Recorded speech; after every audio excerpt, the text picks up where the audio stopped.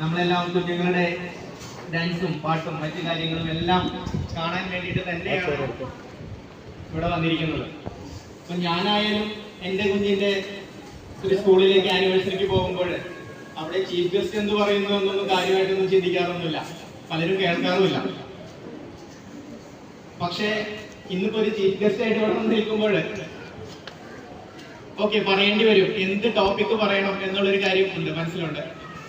അതാലോചിച്ചപ്പോ തോന്നി ഇപ്പൊ നമുക്ക് ഒരു ഹോട്ട് ടോപ്പിക് ആയിട്ട് നിൽക്കുന്ന, അല്ലെങ്കിൽ ഇന്നത്തെ ഒരു ഏറ്റവും അധികം ബോക്സ് ഓഫീസ് വാല്യൂ ഉള്ള ഒരു പ്രശ്നമാണല്ലോ വളർന്നു വരുന്ന കുഞ്ഞുങ്ങളുടെ അക്രമവാസനയും അതുപോലെ തന്നെ സമൂഹത്തിലുള്ള കുഞ്ഞുങ്ങളുടെ ഇടയിലുള്ള ലഹരിയുടെ ഉപയോഗവും എല്ലാം തന്നെ.